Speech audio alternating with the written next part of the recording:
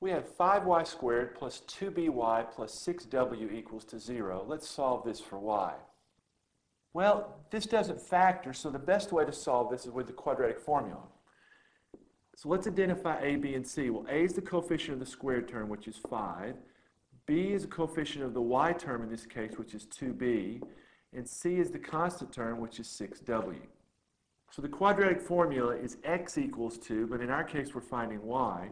So it's y equals to minus b plus or minus the square root of b squared minus 4ac over 2a. So let's plug in.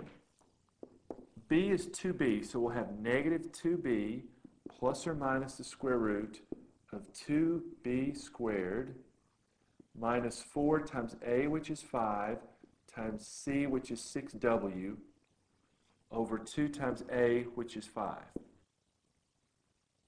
So if we simplify, we'll have negative 2b plus or minus the square root of 4b squared minus 4 times 5 is 20 times 6 is 120w over 10.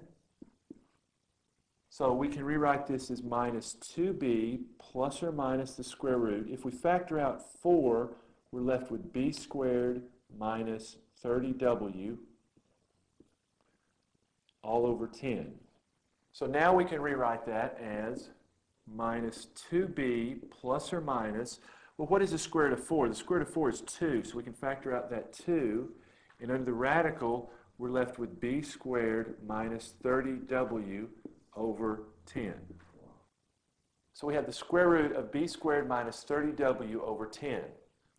Well, now notice that we have a 2 in every term.